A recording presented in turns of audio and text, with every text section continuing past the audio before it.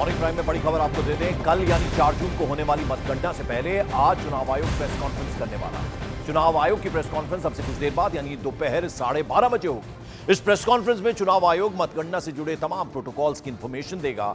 इससे पहले रविवार को बीजेपी और इंडिया गठबंधन के नेताओं ने चुनाव आयोग से मुलाकात की थी और उन्होंने इलेक्शन कमीशन से वोटों की गिनती के दौरान जो तमाम दिशा निर्देश हैं उनका पालन करने की मांग की थी। तो अब से कुछ देर बाद दोपहर 12:30 बजे का वक्त तय है जब इलेक्शन कमीशन जो प्रोटोकॉल्स हैं गिनती को लेकर, काउंटिंग को लेकर, उसके बारे में इंफॉर्मेशन साझा करेगा। और कल जैसे कि हम आपको बता रहे हैं, एनडीए और इंडिया गठबंधन के तमाम नेताओं ने इलेक्शन कमीशन से मुलाकात की थी और जो दिशा निर्देश हैं गिनती के, उनका पालन करने की डिमांड की गई थी दोनों ही दलों की तरफ से।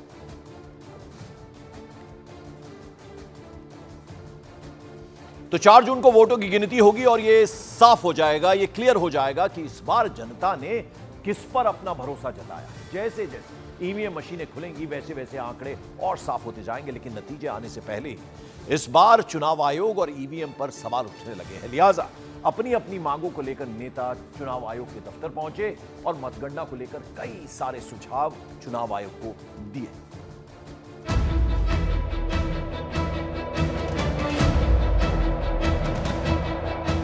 नतीजों से पहले नेताओं ने लगाए चुनाव आयोग के चक्कर। इंडिया गठबंधन ने चुनाव आयोग को दिए सुझाव।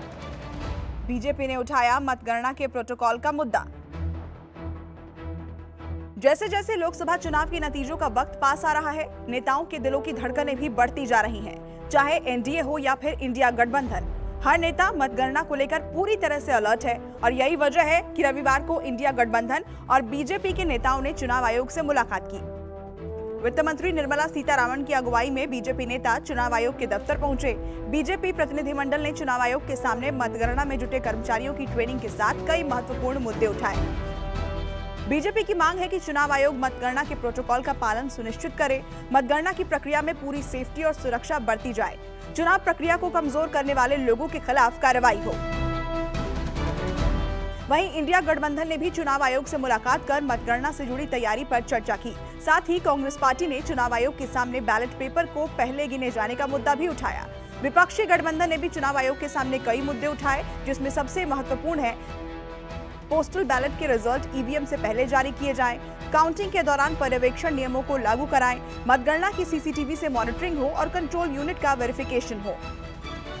चुनाव नतीजों से पहले बीजेपी और विपक्षी गठबंधन के नेताओं ने चुनाव आयोग के सामने अपने अपने मुद्दे उठाए और चुनाव आयोग को अपनी आशंकाओं के बारे में भी बताया। फिलहाल अब 4 जून का इंतजार है जब ईवीएम में कैद नेताओं की किस्मत का ताला खुलेगा और ये साफ हो जाएगा कि इस बार सत्ता किसके हाथ जाएगी।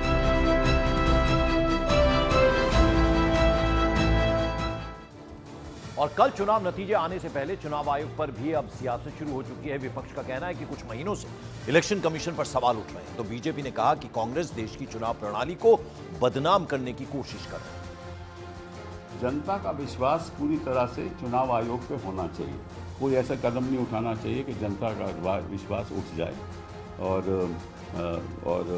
मैं समझता हूँ कि कई ऐसी बातें हुई हैं पिछले कई महीनों से कि जनता प्रश्न उठा रही है। चुनाव आयोग की जो निर्णय हैं उसके ऊपर प्रश्न उठा रही है। और कुछ विपक्षी दल, विशेषकर कांग्रेस और उनके मित्र पक्ष जिस प्रकार का एक लगातार कोशिश कर रहे हैं कि भारत के निर्वाचन के पूरे प्रोसेस को प्रश्न चिन्ह उठाया जाए या उसके ऊपर कुछ सवाल जवाब करके उनको डराया धमकाया जाए, इसके ऊपर इलेक्शन कमीशन बहुत कड़े कदम उठाए और उनके ऊपर एक्शन लिए जाए।